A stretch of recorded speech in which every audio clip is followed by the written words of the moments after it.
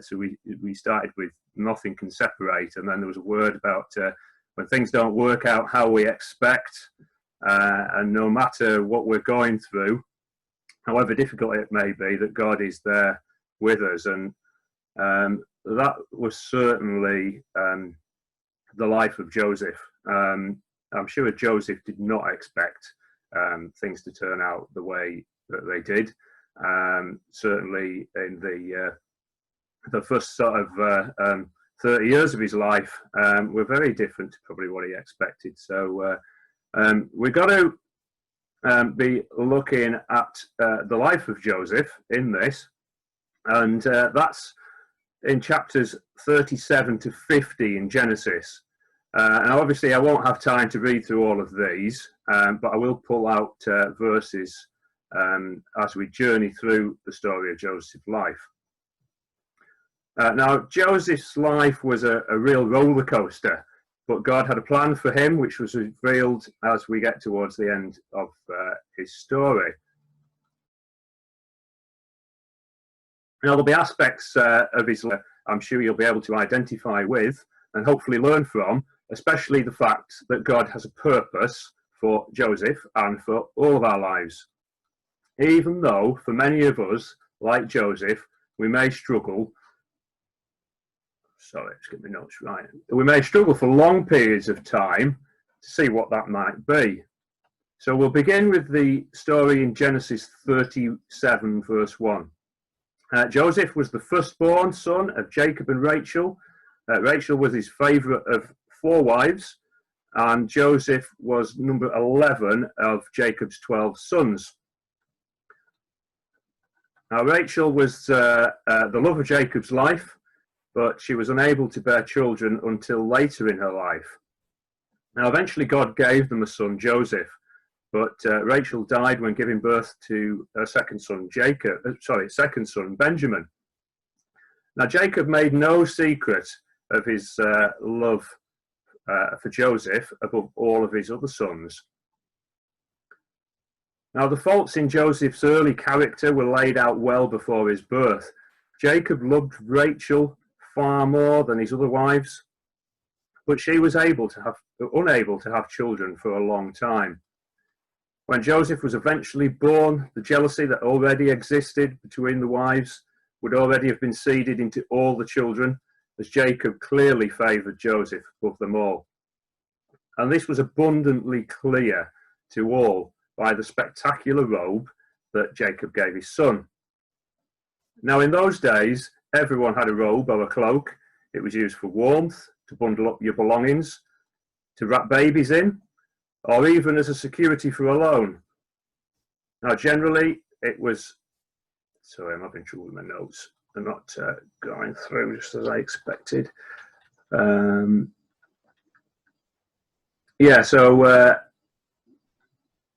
It was generally knee length. It was short-sleeved and plain. But by contrast, the one that Jacob had made for Joseph was likely to have been the kind of gown used by royalty. It was long-sleeved, ankle-length, and multicoloured. Now, it was very clear demonstration of Jacob's favouritism for his son Joseph. His brothers really hated him because he was the favourite. Understandably so, as they were also sons of Jacob and would have expected to have been shown the same love that Joseph was given. So we go on to chapter 37, verse 5 to 11. I'm going to read that out. Joseph had a dream, and when he told it to his brothers, they hated him all the more. He said to them, "Listen to this dream I had. We were binding sheaves of grain out in the field, when suddenly my sheaf rose and stood upright, while your sheaves around mine bowed down to it. Your brothers said to him, 'Do you intend to reign over us? Will you actually rule us?' And they hated him all the more because of his dreams and what he had said. Then he had another dream, and he told it to his brothers. 'Listen,' he said, 'I had another dream. And this time the sun, the moon, the 11 stars were bowing down to me.' When he told his father as well as his brothers, his father rebuked him and said, "What is this dream you had? Will your mother and I and your brothers actually come and bow down to the ground before you?" His brothers were jealous of him, but his father kept the matter in mind. Now at this point, Joseph was 17, and he certainly didn't handle the telling of his dreams very well. He was immature, boastful, and arrogant. Although many of us will be able to look back to when we were 17 and identify that we had many or some of those traits, they were made worse in Joseph by the way that Jacob had favoured him above all his brothers. We may also have some sympathy for his brothers, who'll be feeling a lack of love from their father, feeling like second-class sons and not at all important. They would also have had a very strong sense that the dreams had actually already become a reality. As Jacob had already set Joseph above all of them in how he treated them, him above them. Now, it may be that we can see our own relationships with our parents and siblings in this quite dysfunctional family, and it may be that we carry some hurt as a result of our experiences. We can, however, be encouraged by knowing that our Father in heaven does not treat us like Jacob did his sons. He loves each one of us equally and shows no favoritism to any of us. Now, there's much to learn from these early stories of Joseph for those of us who are parents. Jacob was responsible for the development and character in his sons. His choices as a parent built arrogance and boastfulness into Joseph, and hatred, anger, and resentment into his other sons. Now, we as parents have a huge responsibility in how we build our children's character. As we move further into the story, we'll see how the hatred and jealousy of the brothers had serious consequences for Joseph and was the beginning of God's developing Joseph's character and the plans that he had for him. Now, one day, Jacob sent Joseph to check on his brothers and his flocks. Jacob had a very large number of livestock: sheep, cattle, horses, donkeys, camels, as well as crops. So it's likely, given the size of his flocks and herds, that he would have had to travel quite some distance to find them. Now, we read that first he went to Shechem, and when they weren't there, he travelled a further 20 miles over to Dothan. Now, jealousy and hatred so overcame the brothers that when they saw him coming, they decided that they would kill him. But first Reuben, then Judah dissuaded their brothers from this action, and they instead sold Joseph to some Midianite traders, who took him to Egypt and sold him to Potiphar, the captain of Pharaoh's guard. Now imagine what Joseph's state of mind must have been now. He was probably put in chains, beaten, and most likely walked through the desert for 30 days or so to Egypt, then sold as a slave in a foreign country to do whatever his master should command. He was an arrogant, boastful young man, separated from his father, despised, hated, and rejected by his brothers. And they wouldn't have expected him to last very long as a slave. He must have felt utterly broken and absolutely at the depths of despair. And he would have greatly missed his father. Now, I'm sure at that point he would have given anything to have been at home with Jacob. Now, how do you think at this stage he was feeling towards his brothers? What do you think would have been the outcome for his brothers if the prophetic dreams that he had and shared with them had actually become a reality at that point? God had given Joseph a prophecy as to what his future would hold, but this was actually just the beginning of his journey in developing a character and wisdom and discernment to be able to carry out those plans that God had for him. Joseph had demonstrated a huge lack of discernment in how he communicated his dreams to his family. He knew his brothers hated him because of his favoured position in the eyes of his father, He should have considered the impact of bringing these dreams to them and how they might react. Instead, he saw an opportunity to reinforce his position of superiority. Now the story moves on. He's now a slave in Egypt in Potiphar's house. Now, whatever his feelings for his family were at this point, it wasn't possible for him to do anything about it now. Instead, he chose to get his head down and work hard for his master. Now, Potiphar recognized that he was gifted and that the Lord was with him. As Joseph prospered in all that he did, God was preparing Joseph not only in character, but practically for the role that he had in store for him. Chapter 39, verses 4 to 6 reads that Joseph became Potiphar's attendant. He took charge of the household and everything he owned. God blessed it because of Joseph's care, and Potiphar didn't concern himself with any of it. I'm sure Joseph would have been always thinking back to his prophetic dreams, particularly as he rose to a position of prominence in Potiphar's house. He may have questioned God as how it would come to fruition, but at no point do we read that he blamed or turned his back on God for what had happened to him. Then, just as he's rising up in Potiphar's house, we see another big test of his character. Potiphar's wife makes sexual advances towards him. Now this time he acts with some wisdom and he rejects those advances. Unfortunately, Potiphar believes his wife's lies and it results in Joseph ending up in prison. Again, he must have been questioning God as to what was going on. And did he not promise me so much? Again, God was with him and he gained favour in the eyes of the prison wardens. So much so, the warden put him in charge of all the inmates and all that went on in the prison. Now, prisons in that day weren't quite as like they are at the moment. They'd be pretty awful places. You were put in prison and you were assumed guilty until you were proven innocent. The conditions were so bad that many would die before they were even got to a trial. The labour was forced, and it must have seemed like a hopeless position to be in. But as we read on, God can turn what is a hopeless position completely around.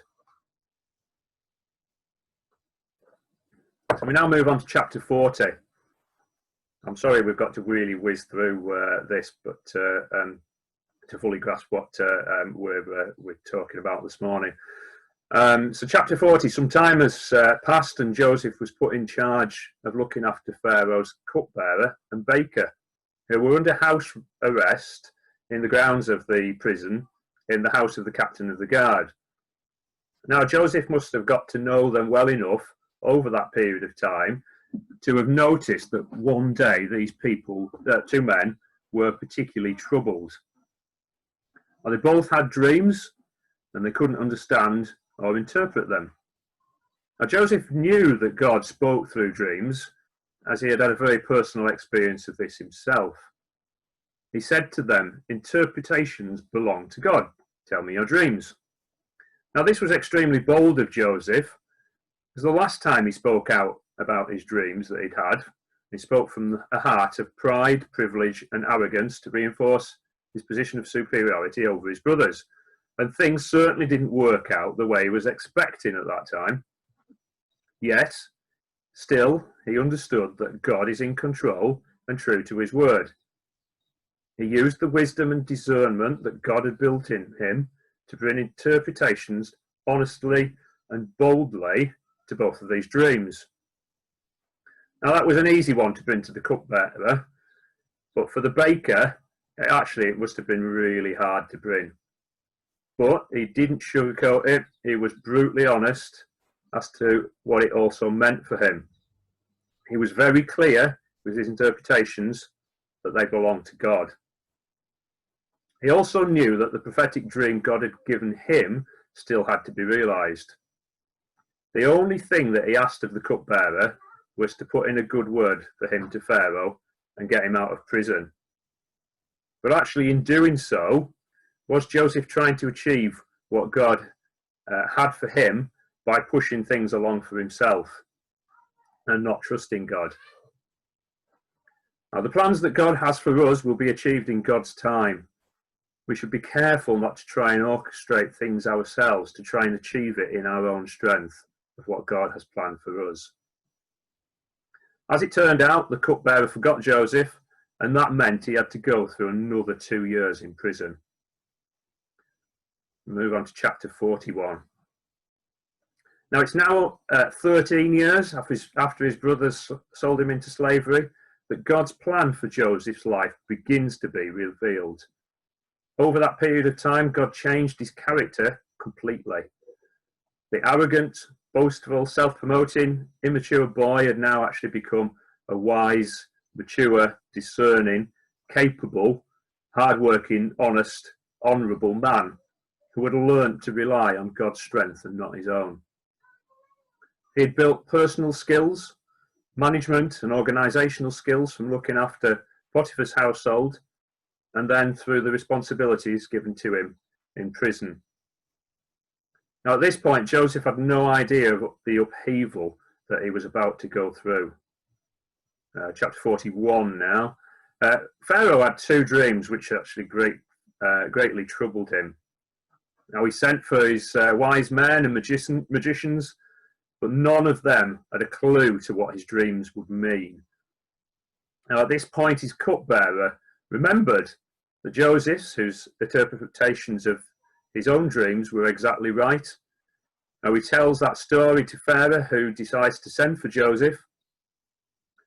Now Joseph tells Pharaoh that he cannot interpret his dreams, but that God can give him the answer he desires. Now this time there was another opportunity for Joseph to show arrogance and pride, but instead he shows godly wisdom and humility and pointing the interpretation towards God. Pharaoh sees this godly wisdom and discernment in Joseph so much that he takes on board everything that Joseph has said. He overlooks all of his advisors, his government, his officials, and he installs Joseph straight in as second in command of the whole land. A man who hours before was a complete unknown slave languishing in a prison. An amazing outcome that demonstrates the power and the ability of God to turn a seemingly hopeless situation completely on its head. And no man could ever achieve such a thing. Only God can turn things around in such a dramatic a way. Now, just looking in at today and obviously what's going on in the world, can you imagine the shock of all the people around Pharaoh at that time? Now, if you were to impose that at this time, you imagine Boris Johnson taking a complete unknown person out of prison, pardoning him and installing them as Deputy Prime Minister, putting them in charge of the COVID-19 pandemic and Brexit. Completely unheard of, very unlikely, and that's really the power actually of God demonstrated there in this situation with Pharaoh and Joseph. Now Joseph, however, was prepared for this time. He spent 13 years being developed and trained for this. Joseph prospered in his new role. Pharaoh gave him a wife, they had 2 sons, and he prepared diligently for the famine that was to come. When the famine did come to Egypt, they were well prepared.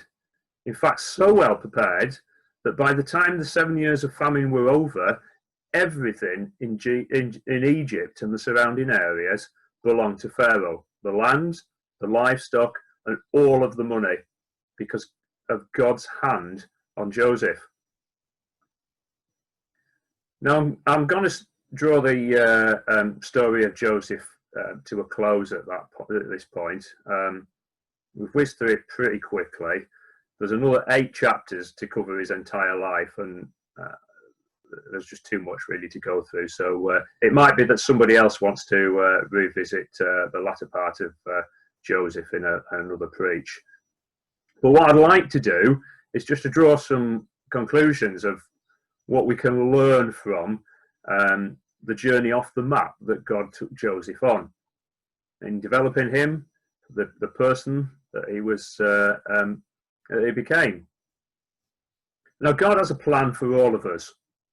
Excuse me. Now, for Joseph, that was 13 years in the developing, and then another 14 years to fully work that plan through. Those 13 years, first 13 years, must have been absolutely terrible. He was 17 at that point when he left his dysfunctional family. His brothers hated him so much that they wanted to kill him. They sold him as a slave, not expecting that he would live. He was sexually predated upon, was falsely accused, and thrown into prison. There he was abandoned and forgotten.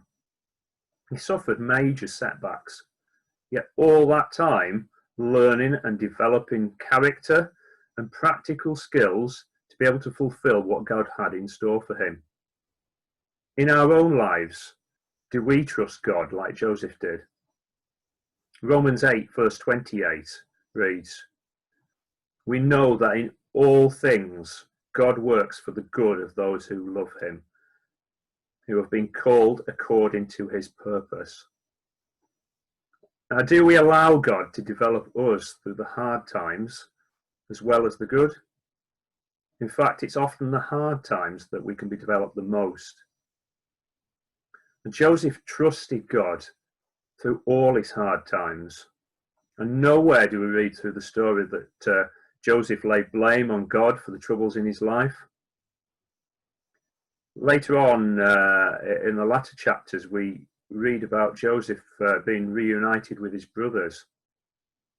Now, he would have then actually had opportunity to take revenge on them for how they treated him. He was the second most powerful man in the whole region and possibly the world at that time.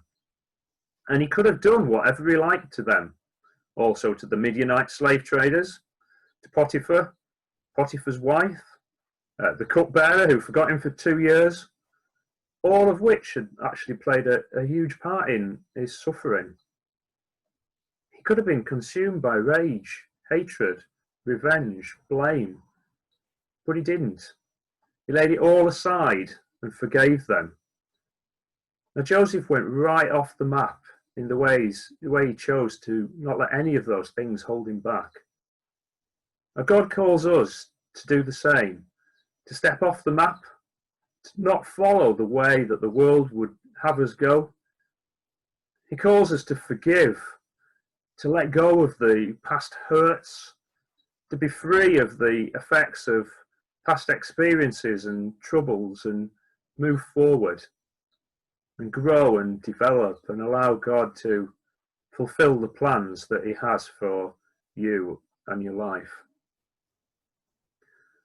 Now, I'd just like to finish there with a prayer before I hand back. And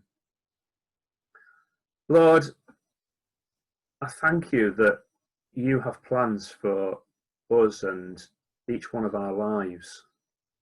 Lord, help us to trust you even through the darkest days of our lives.